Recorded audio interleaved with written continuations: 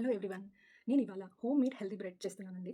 Home made healthy bread అని ఎందుకన్నానంటే, స్వయంగా నేను ఇంట్లో చేస్తున్నాను. అందులోనూ వీట్ యూస్ చేస్తున్నాను కాబట్టి హోమ్ మేడ్ హెల్తీ బ్రెడ్ అన్నాననమాట. ఇది మన చిన్నపిల్లలకి లంచ్ బాక్స్‌కి చాలా హెల్ప్ అవుతుందండి. సో, ఇంగ్రీడియెంట్స్ చూసేద్దామా? ఇందులో ఫస్ట్ అండ్ ఇంపార్టెంట్ ఇంగ్రీడియెంట్ వచ్చి డ్రై ఈస్ట్ అండి. Active dry yeast. Next 2 tablespoons sugar. నేను ఈ కప్ మెజర్‌మెంట్ తీసుకున్నానండి. ఈ కప్‌తో హాఫ్ కప్ వార్మ్ వాటర్ తీసుకుంటున్నాను. So, half cup of warm water అనమాట. సో, ఇప్పుడు నేను ఈ హాట్ వాటర్‌లో ఈ 2 టేబుల్ స్పూన్స్ షుగర్ వేసేస్తున్నాను. ఇది బాగా మిక్స్ చేయండి. ఇది పూర్తిగా డిజాల్వ్ అయిపోతుంది. ఎందుకంటే వాటర్ కొంచెం హీట్‌గా ఉన్నాయి కాబట్టి త్వరగానే డిజాల్వ్ అయిపోతుంది. చూడండి 2 టేబుల్ స్పూన్స్ డ్రై ఈస్ట్ వేస్తున్నాను. వేసాక ఇది కూడా బాగా మిక్స్ చేయండి. ఈ డ్రై ఈస్ట్ వేసాం కదా, సో ఇది ఒక 10 మినిట్స్ పక్కన పెట్టేస్తే ఇది బాగా ఫెర్మెంట్ అయిపోతుంది. ఇప్పుడు మన దోశ పిండి, ఇడ్లీ పిండి ఫెర్మెంట్ అవుతుంది కదండి, సేమ్ అలానే ఇది కూడా 10 మినిట్స్ పక్కన పెట్టేస్తే ఫెర్మెంట్ అయిపోతుంది. ఇప్పుడు చూడండి, సేమ్ కప్తో 2.5 కప్ వీట్ ఫ్లోర్ వేయాలన్నమాట.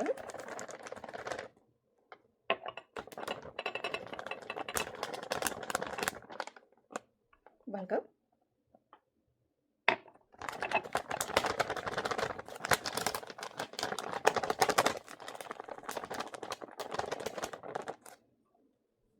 Two cups. ఇంకొక half cup.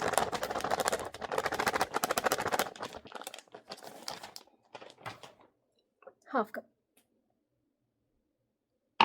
Next 1.5 tablespoon salt అనమాట. 1 స్పూన్, హాఫ్ స్పూన్. సేమ్ కప్తో 1 కప్ వాటర్ వేసుకోవాలి. ఇది నేను నార్మల్ టెంపరేచర్ వాటర్ యూస్ చేశానండి.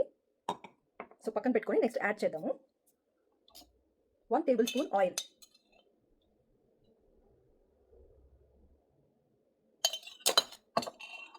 ఇప్పుడు కొంచెం కొంచెంగా వాటర్ యాడ్ చేసుకుంటూ ఈ వీట్ ఫ్లోర్ మిక్స్ని బాగా మిక్స్ చేసుకుందాం.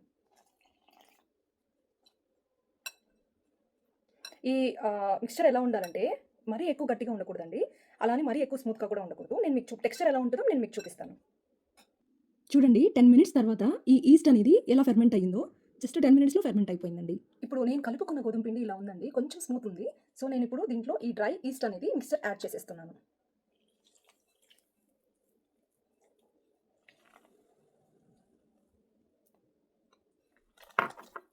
మిక్స్ చేశాక మీకు టెక్స్చర్ చూపిస్తాను. చూడండి, టెక్స్చర్ అనేది ఇలా ఉండాలి. అంటే కొంచెం సాగుతున్నట్లు ఉంటుంది అనమాట, మరీ ఎక్కువ సాగకూడదు, కొంచెం ఇలా ఉండాలి టెక్స్చర్. కరెక్ట్గా మెజర్మెంట్ ఫాలో అయితే వచ్చేస్తుందండి. సో ఇలా బాగా చేసి దీన్ని ఒక బౌల్లో పెట్టేసి పైన ఒక నాప్కిన్ కానీ లేదంటే ఏదైనా ట్రాన్స్పరెంట్ కవర్ ఉన్నా కానీ మీరు కవర్ చేసేయచ్చు. జస్ట్ ఇది ఇలా పెట్టేసి కవర్ చేసి ఒక 1 అవర్ తర్వాత చూడండి, ఇది బాగా పొంగు ఉంటుంది అనమాట. మనం డ్రై ఈస్ట్ వేసాం కదా, దానివల్ల ఇది బాగా పొంగుతుందండి. చూపిస్తాను మీకు నెక్స్ట్. సో అలా పెట్టి నేను క్లాత్ కవర్ చేసేస్తున్నాను అనమాట. జస్ట్ ఒక 1 అవర్ వెయిట్ చేసి చూద్దాం. ఇది చూడండి, ఒక 1 అవర్ తర్వాత ఎలా పొంగిందో. సో ఇలా పొంగాలన్నమాట. ఇది డ్రై ఈస్ట్ వేసాం కాబట్టి ఇలా పొంగిందండి. మీరు చూడండి, చూడండి ఎలా ఉందో. సో టెక్స్చర్ ఇలా ఉండాలన్నమాట.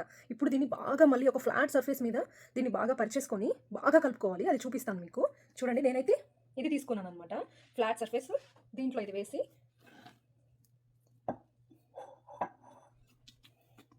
ఇలా బాగా కలుపుకోవాలి.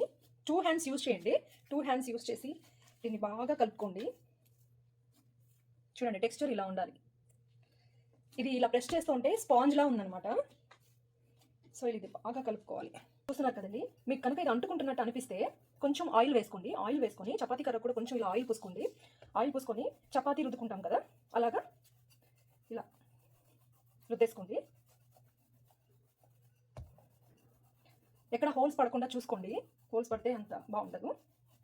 సో ఇలా ఇప్పుడు ఇలా చేసేసుకున్నారు కదా, ఇప్పుడు చూపిస్తాను చూడండి ఎలా ఫోల్డ్ చేయాలి అని.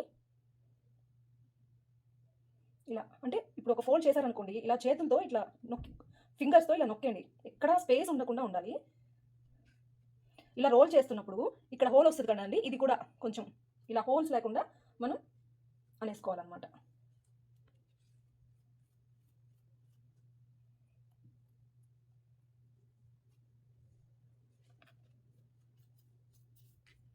ఈ పైన లేయర్ని ఇలా ఇలా అన్ని ఇలా నొక్కేసుకోండి, అంటే అటాచ్ చేసేయండి.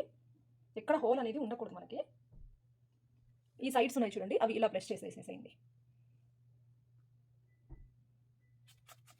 2 హ్యాండ్స్తో ఇలా చేసేసుకోండి.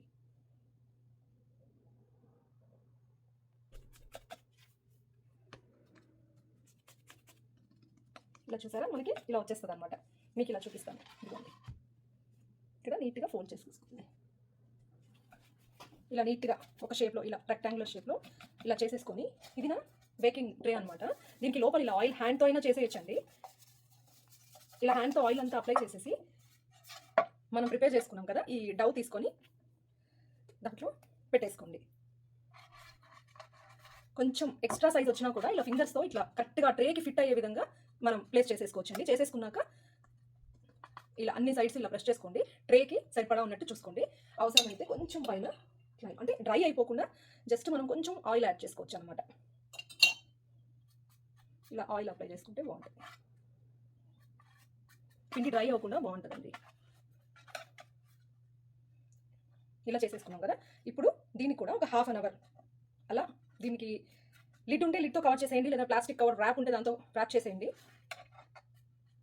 సో నా దగ్గర లిడ్ ఉంది, నేను లిడ్ క్లోజ్ చేసేసి ఒక 1/2 అవర్ పక్కన ఉంచేస్తాను. చూడండి ఇలా అనమాట, ఇలా ఉంటుంది. లోపల ఇలా మీరు బాగా హ్యాండ్స్తో ఇలా ప్రెస్ చేసేయండి, కరెక్ట్గా సైజ్కి ఫిట్ అయిపోతుంది. సో ఇప్పుడు దీన్ని ఇలా ర్యాప్ చేసేసుకొని కవర్ చేసేసుకొని ఒక 1/2 అవర్ పక్కన ఉంచండి. ఇది మళ్ళీ ఇందాక మనం పెట్టిన దానికి డబుల్ అయింది డౌ. ఇప్పుడు పెడుతున్నాం కదా, మీకు చూపిస్తాను ఎలా పొంగుతుందో. జస్ట్ ఒక 1/2 అవర్ పక్కన ఉంచేసేయండి.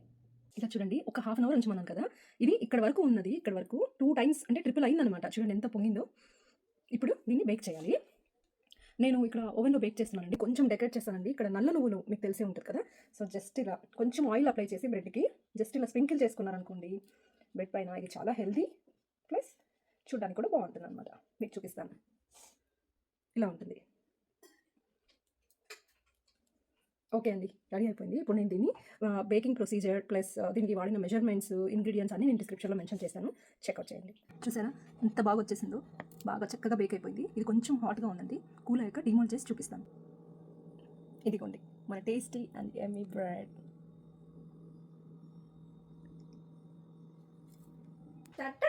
ఇవాళ నేను ఒక వెరైటీ వంటకం చేశాను. ఏంటో చెప్పుకోవచ్చుదా? ఎలాగో చెప్తావుగా, చెప్పుకో. బ్రెడ్ బెక్క బెక్క. ఇదేంది ఇది వెరైటీగా ఉంటా, నీకు అప్పుడేమైనా వేసేసావైంది బ్రెడ్లో? దీన్ని ఎలాగైనా సరే వంట వార్పు శీర్షికలో నా వంటకాన్ని ప్రచురించాలి నువ్వు. సరే కానీ నీకు నాకు టాటా, ఇక పోయిరా ఈ పూట నా కంటికి కనపడకుండా. చిలిపి.